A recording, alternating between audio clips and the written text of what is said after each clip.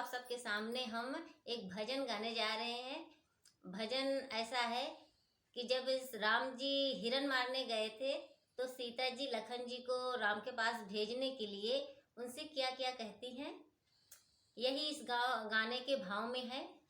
तो आप भी सुनिए। अगर वीडियो अच्छी लगे, गाना अच्छा लगे तो वीडियो को लाइक करें, चैनल को सब्सक्राइब करें। रघुबर पे आई विपतिया, हमार लक्ष्मण माना बतिया। रघुबर पे आई विपतिया, हमार लक्ष्मण माना बतिया।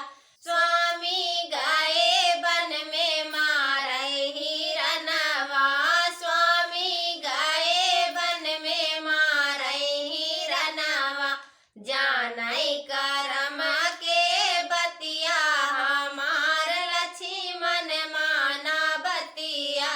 जानई करम के बतिया, हमार लक्ष्मण माना बतिया। सुनी ने ब्यार बन स्वामी अकेले, सुनी ने ब्यार बन स्वामी अकेले।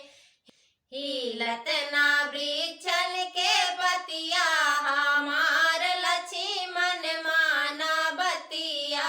हिलत ना वृक्षन के पतिया, हमार लक्ष्मण माना बतिया।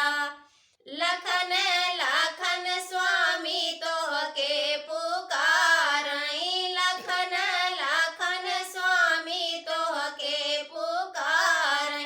कैसे किया बजरा के छतिया, हमार लक्ष्मण माना बतिया।